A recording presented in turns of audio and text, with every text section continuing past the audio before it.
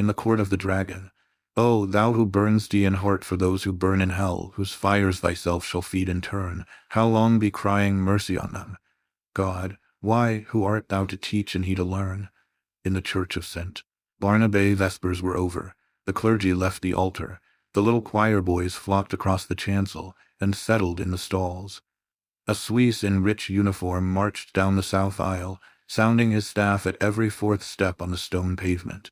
Behind him came that eloquent preacher and good man, Monseigneur C.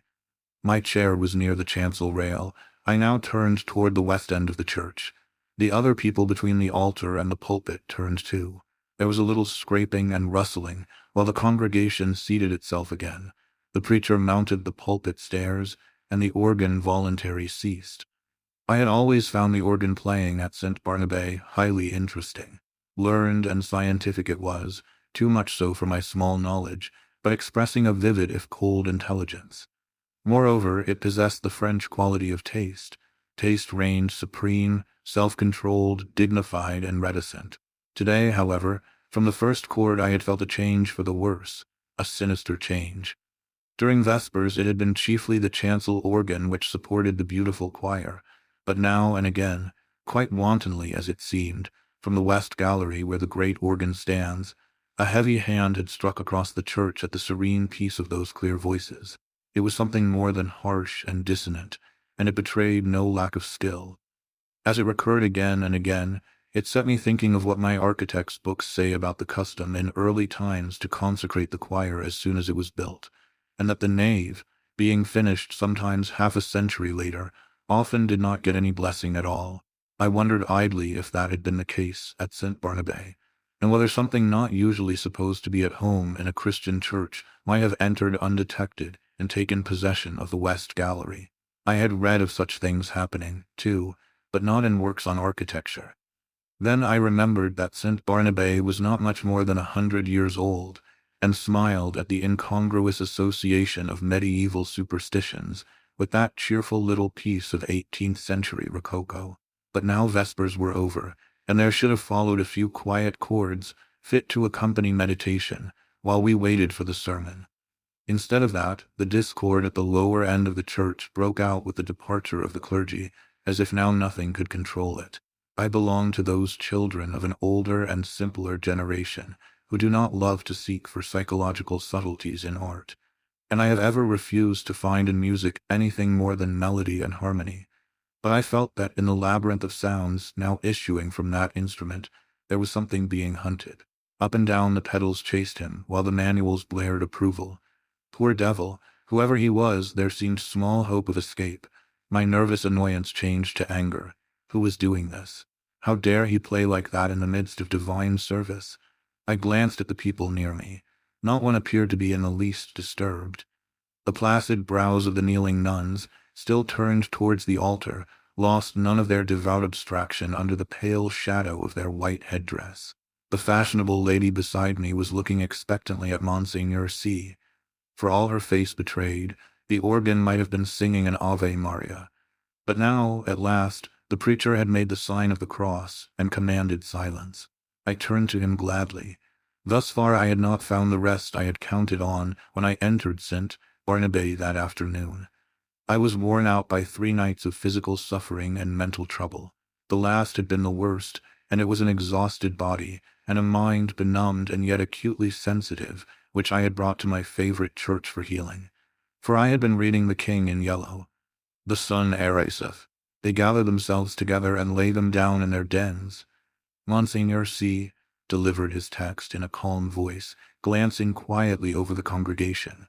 My eyes turned, I knew not why, toward the lower end of the church.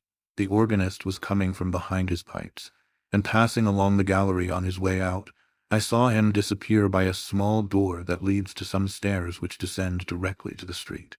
He was a slender man, and his face was as white as his coat was black. Good riddance, I thought, with your wicked music. I hope your assistant will play the closing voluntary. With a feeling of relief, with a deep, calm feeling of relief, I turned back to the mild face in the pulpit and settled myself to listen. Here at last was the ease of mind I longed for. My children, said the preacher, One truth the human soul finds hardest of all to learn, that it has nothing to fear. It can never be made to see that nothing can really harm it. Curious doctrine, I thought, for a Catholic priest. Let us see how he will reconcile that with the Fathers. Nothing can really harm the soul, he went on in his coolest, clearest tones, because— but I never heard the rest. My eye left his face, I knew not for what reason, and sought the lower end of the church. The same man was coming out from behind the organ, and was passing along the gallery the same way. But there had not been time for him to return, and if he had returned I must have seen him. I felt a faint chill, and my heart sank, and yet his going and coming were no affair of mine. I looked at him. I could not look away from his black figure and his white face. When he was exactly opposite to me, he turned and sent across the church straight into my eyes, a look of hate, intense and deadly. I have never seen any other like it. Would to God I might never see it again. Then he disappeared by the same door through which I had watched him depart less than 60 seconds before. I sat and tried to collect my thoughts. My first sensation was like that of a very young child badly hurt, when it catches its breath before crying out. To suddenly find myself the object of such hatred was exquisitely painful, and this man was an utter stranger. Why should he hate me so? Me, whom he had never seen before. For the moment all other sensation was merged in this one pang. Even fear was subordinate to grief, and for that moment I never doubted. But in the next I began to reason, and a sense of the incongruous came to my aid. As I have said, St. Barnabé is a modern church. It is small and well lighted. One sees all over it almost at a glance. The organ gallery gets a strong white light from a row of long windows in the clerestory, which have not even colored glass.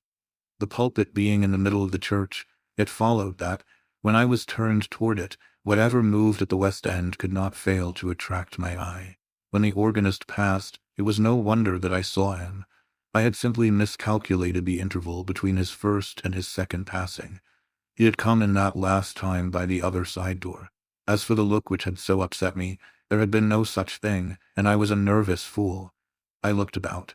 This was a likely place to harbor supernatural horrors.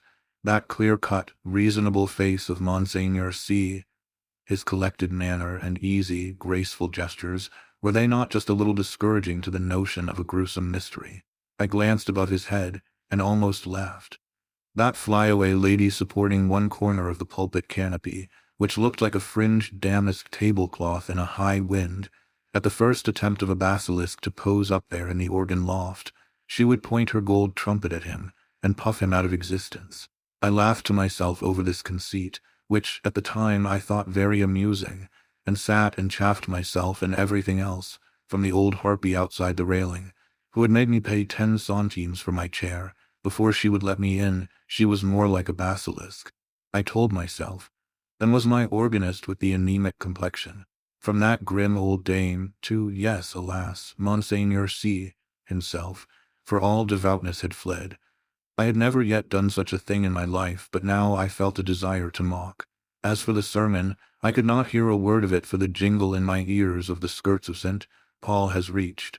Having preached us those 6 Lent lectures, more unctuous than ever he preached, keeping time to the most fantastic and irreverent thoughts. It was no use to sit there any longer. I must get out of doors and shake myself free from this hateful mood. I knew the rudeness I was committing, but still I rose and left the church. A spring sun was shining on the Rue Saint Honoré as I ran down the church steps. On one corner stood a barrow full of yellow jonquils, pale violets from the Riviera, dark Russian violets, and white Roman hyacinths in a golden cloud of mimosa. The street was full of Sunday pleasure-seekers. I swung my cane and laughed with the rest. Someone overtook and passed me. He never turned, but there was the same deadly malignity in his white profile that there had been in his eyes. I watched him as long as I could see him. His lithe back expressed the same menace. Every step that carried him away from me seemed to bear him on some errand connected with my destruction. I was creeping along, my feet almost refusing to move. There began to dawn in me a sense of responsibility for something long forgotten. It began to seem as if I deserved that which he threatened. It reached a long way back, a long, long way back. It had lain dormant all these years. It was there, though, and presently it would rise and confront me, but I would try to escape, and I stumbled as best I could into the Rue de Rivoli, across the Place de la Concorde and on to the quay. I looked with sick eyes upon the sun, shining through the white foam of the fountain, pouring over the backs of the dusky bronze river gods, on the faraway arc, a structure of amethyst mist, on the countless vistas of gray stems and bare branches faintly green. Then I saw him again, coming down one of the chestnut alleys of the Cours la Reine. I left the riverside, plunged blindly across to the Champs-Élysées, and turned toward the Arc. The setting sun was sending its rays along the green sward of the Rond-Point. In the full glow, he sat on a bench, children and young mothers all about him. He was nothing but a Sunday lounger, like the others, like myself. I said the words almost aloud, and all the while I gazed on the malignant hatred of his face. But he was not looking at me. I crept past and dragged my leaden feet up the avenue. I knew that every time I met him brought him nearer to the accomplishment of his purpose and my fate, and still I tried to save myself. The last rays of sunset were pouring through the great arc. I passed under it and met him face to face. I had left him far down the Champs-Élysées, and yet he came in with a stream of people who were returning from the Bois de Boulogne. He came so close that he brushed me. His slender frame felt like iron inside its loose black covering. He showed no signs of haste, nor of fatigue, nor of any human feeling. His whole being expressed one thing, the will and the power to work me evil. In anguish I watched him where he went down the broad, crowded avenue, that was all flashing with wheels, and the trappings of horses and the helmets of the Garde Républicaine. He was soon lost to sight. Then I turned and fled, into the Bois and far out beyond it. I know not where I went, but after a long while, as it seemed to me, night had fallen, and I found myself sitting at a table before a small café. I had wandered back into the Bois. It was hours now since I had seen him. Physical fatigue and mental suffering had left me no power to think or feel. I was tired, so tired. I longed to hide away in my own den. I resolved to go home, but that was a long way off. I live in the Court of the Dragon, a narrow passage that leads from the Rue de Rennes to the Rue du Dragon. It is an impasse, traversable only for foot passengers. Over the entrance on the Rue de Rennes is a balcony, supported by an iron dragon. Within the court, tall old houses rise on either side, and close the ends that give on the two streets.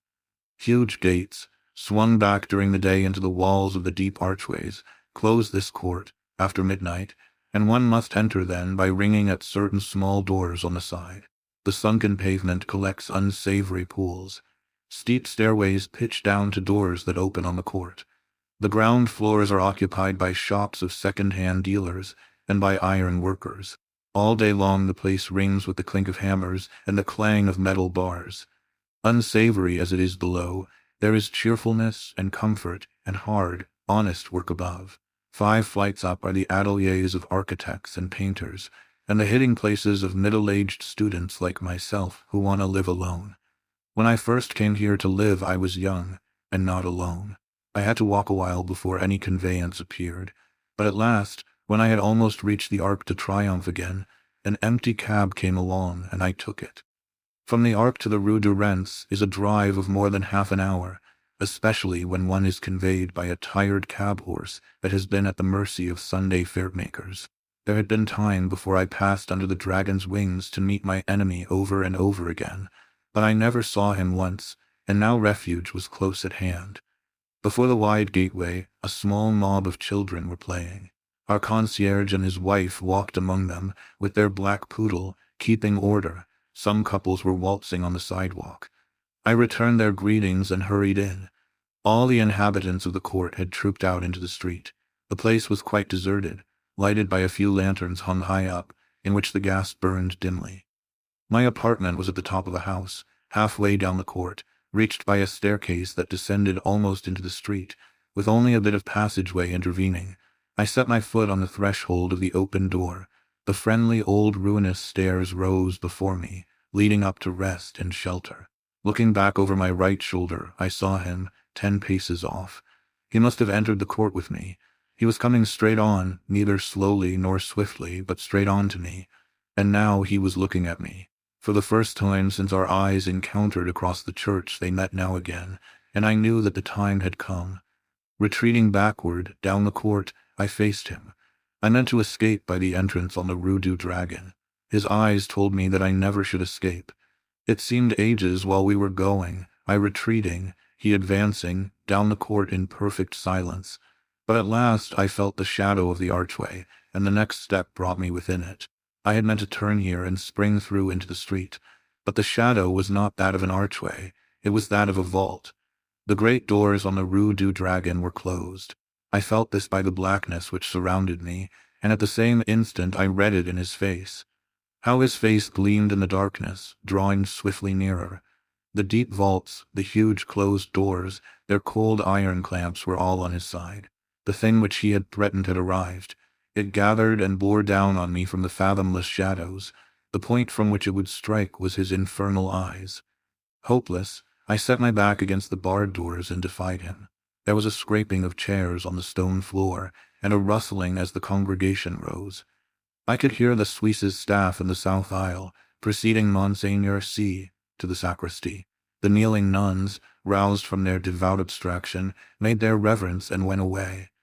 The fashionable lady, my neighbor, rose also, with graceful reserve. As she departed, her glance just flitted over my face in disapproval. Half dead, or so it seemed to me, yet intensely alive to every trifle, I sat among the leisurely moving crowd, then rose too and went toward the door. I had slept through the sermon. Had I slept through the sermon? I looked up and saw him passing along the gallery to his place. Only his side I saw. The thin, bent arm and its black covering looked like one of those devilish, nameless instruments which lie in the disused torture chambers of medieval castles. But I had escaped him, though his eyes had said I should not. Had I escaped him, that which gave him the power over me came back out of oblivion where I had hoped to keep it. For I knew him now. Death and the awful abode of lost souls, whither my weakness long ago had sent him. They had changed him for every other eye, but not for mine. I had recognized him almost from the first. I had never doubted what he was come to do, and now I knew while my body sat safe in the cheerful little church, he had been hunting my soul in the Court of the Dragon. I crept to the door. The organ broke out overhead with a blare. A dazzling light filled the church, blotting the altar from my eyes. The people faded away, the arches, the vaulted roof vanished. I raised my seared eyes to the fathomless glare, and I saw the black stars hanging in the heavens, and the wet winds from the lake of holly chilled my face. And now, far away, over leagues of tossing cloud waves, I saw the moon dripping with spray. And beyond, the towers of Carcosa rose behind the moon. Death and the awful abode of lost souls, whither my weakness long ago had sent him, had changed him for every other eye but mine. And now I heard his voice, rising, swelling, thundering through the flaring light, and as I fell, the radiance increasing, poured over me in waves of flame. Then I sank into the depths, and I heard the king in yellow whispering to my soul, "It is a fearful thing to fall into the hands of the living God.